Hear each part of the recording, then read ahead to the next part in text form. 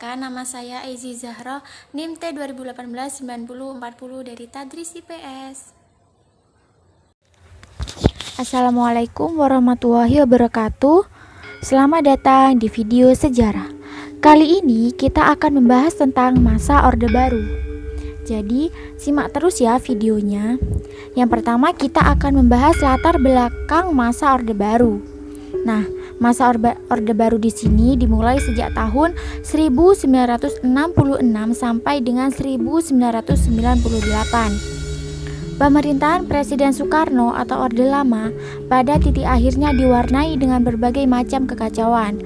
Selepas peristiwa G30 SPKI yang menewaskan 6 jenderal angkatan darat, dilanjutkan dengan pembantaian besar-besaran oleh berbagai elemen masyarakat terhadap anggota PKI. Gelombang demonstrasi juga mulai menghampiri pemerintahan Soekarno. Pada akhir tahun 1965, ketika beliau menolak membubarkan PKI, ditambah dengan ketidakpuasan akibat rontoknya perekonomian. Sementara inflasi tercatat mencapai 650%. Nah, kondisi Jakarta yang kian tidak terkendali dirasa tidak aman bagi presiden, sehingga beberapa perwira tinggi angkatan darat memindahkan Presiden Soekarno ke Bogor. Di Istana Bogor, Presiden Soekarno menyusun surat perintah 11 Maret atau Super Semar yang ditunjukkan kepada Jenderal Soeharto, yang isinya adalah untuk mengendalikan kondisi negara dan mengamankan wibawa pemerintah. Surat Super Semar ini dipergunakan oleh Soeharto untuk membubarkan PKI, menangkap menteri yang diduga terlibat G30 SPKI, serta membentuk kabinet baru dan menjalankan pemerintahan. Yang selanjutnya kita akan membahas tentang ciri-ciri pemerintahan Orde Baru. Yang pertama yaitu kuatnya pengaruh militer atau dui fungsi ABRI. Pengaruh ABRI dalam kancah politik nasional memang sudah kuat sejak Orde Lama. Pada masa Orde Baru, perubahan yang terjadi adalah fungsi ABRI di tingkat sipil lebih kuat lagi, dan Partai Golongan Karya sebagai mesin politik utama pemerintahan Orde Baru diisi oleh banyak anggota militer. ABRI juga memiliki berbagai kegiatan sipil, seperti ABRI masuk desa serta menduduki jabatan sipil dan militer pada saat bersamaan. Yang kedua yaitu terbatasnya pilihan politik. Pemilu pada tahun 1971 diikuti oleh 9 partai politik dan 1 golongan karya. Sementara pada pemilu tahun 1977 hanya diikuti 2 partai politik saja, yaitu PDI dan PPP, serta 1 golongan karya. Penyederhanaan ini dilakukan untuk membatasi banyaknya ideologi yang berkembang, dikarenakan anggapan pemerintah bahwa kekacauan Orde Lama disebabkan oleh suburnya ideologi yang merongrong Pancasila itu sendiri. Yang ketiga yaitu pembangunan yang masif. Pemerintahan Orde Baru menempatkan pembangunan infrastruktur fisik dan non-fisik sebagai prioritas tinggi. Hal ini merupakan respon atas kekacauan ekonomi yang terjadi pasca tahun 1965. Pemerintah membuka keran modal asing dan dalam negeri untuk masuk dan membuka usaha di Indonesia. Diharapkan dengan mengalirnya modal ini, pembangunan dapat berlangsung dengan lancar dan perekonomian kembali stabil. Nah, pembangunan nasional dicanangkan dalam rencana pembangunan 5 tahun atau biasa disebut dengan Repelita, yang setiap periodenya memiliki fokus dan tujuan tersendiri. Yang selanjutnya yaitu pemerintahan sentralistik. Sistem pemerintahan yang sentralistik ini pada dasarnya telah berjalan sejak kemerdekaan Indonesia. Hal ini dikarenakan masih belum rekatnya sistem kenegaraan sampai ke daerah-daerah. Pada masa Orde Baru, kebijakan ini masih ada dalam kebijakan ekonomi dan pembangunan, serta penerapan kebijakan politik.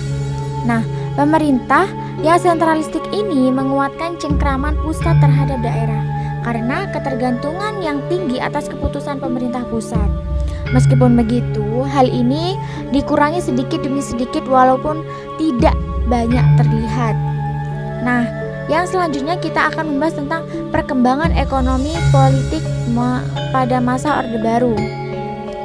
Yang pertama, perkembangan ekonomi. Ekonomi pada masa Orde Baru dapat bangkit dalam waktu singkat, didorong oleh aliran modal yang dibuka lebar dan bantuan internasional melalui konsorsium IGGI.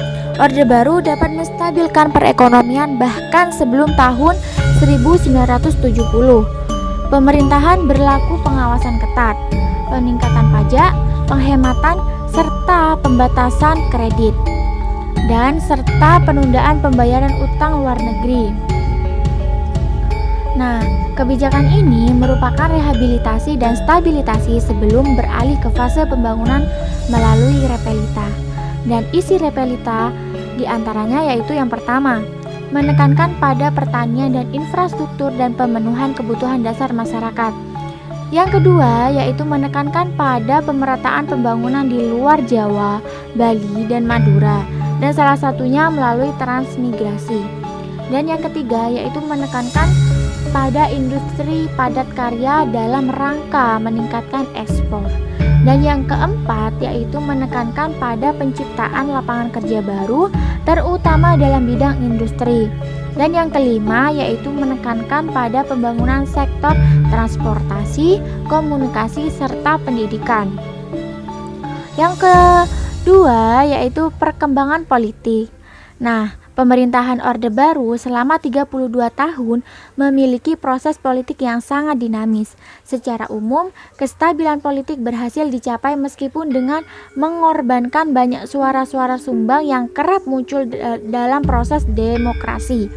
Nah, pemerintahan berhasil menyelenggarakan 6 kali pemilu, namun 6 kali pula memenangkan golongan karya dan Presiden Soeharto untuk menjabat kembali, dan menyebabkan kancah politik nasional ditempati oleh kroni-kroni presiden yang bertujuan untuk terus mempertahankan kekuasaan.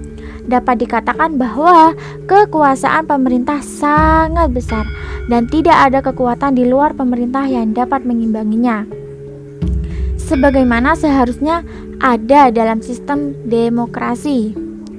Yang selanjutnya kita akan membahas tentang peristiwa penting dalam masa Orde Baru. Yang pertama yaitu Sidang Umum keempat MPRS pada 17 Juni tahun 1966. Nah, ketetapan penting yang ada di Sidang Umum 4 yaitu yang pertama, pengukuhan surat perintah 11 Maret. Yang kedua, pembubaran PKI, organisasi masyarakat, pelanggaran Marxisme dan Leninisme. Yang ketiga yaitu pembubaran landasan kebijakan ekonomi, keuangan, dan pembangunan. Yang keempat yaitu pembentukan kabinet Ampera. Yang kedua yaitu aneksasi Timor Timur pada tahun 1975. Pada tahun 1975, Indonesia melakukan aneksasi terhadap Timor Timur yang merupakan bekas wilayah kekuasaan Portugis.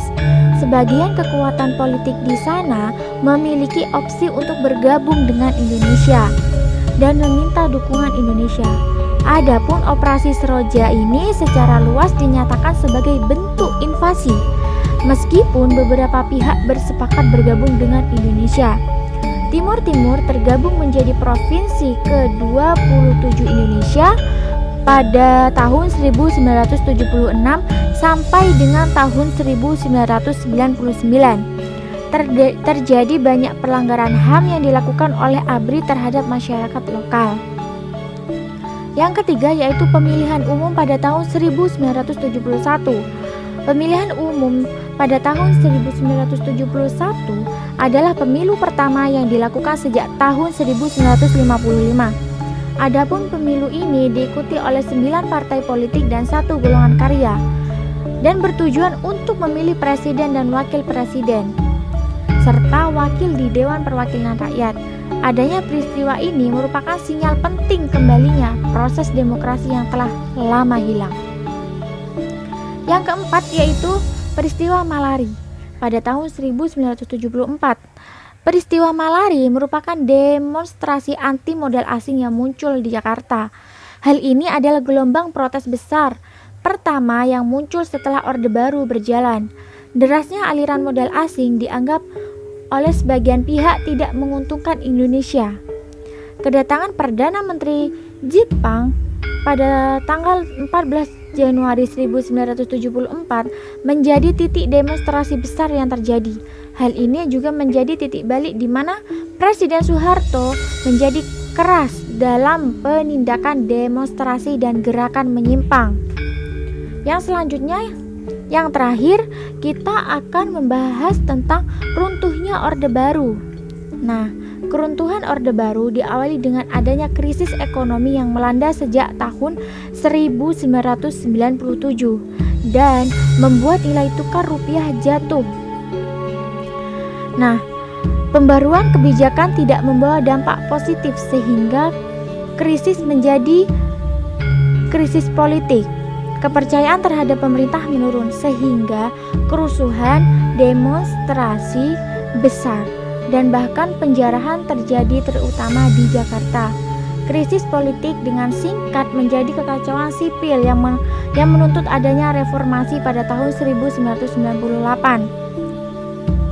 Nah, reformasi di sini memiliki tujuan yang pertama, penghapusan dui fungsi ABRI, penurunan dan pengadilan terhadap Soeharto dan kroni-kroninya, serta penghapusan praktek KKN dan penegakan supremasi hukum, serta amandemen Undang-Undang Dasar 1945 dan pelaksanaan otonomi daerah seluas-luasnya. Nah, itu saja video masa Orde Baru, dan next video kita akan membahas tentang reformasi. Semoga video ini bermanfaat bagi kita semua, dan jangan lupa like, comment, and subscribe, dan jangan lupa tonton video berikutnya.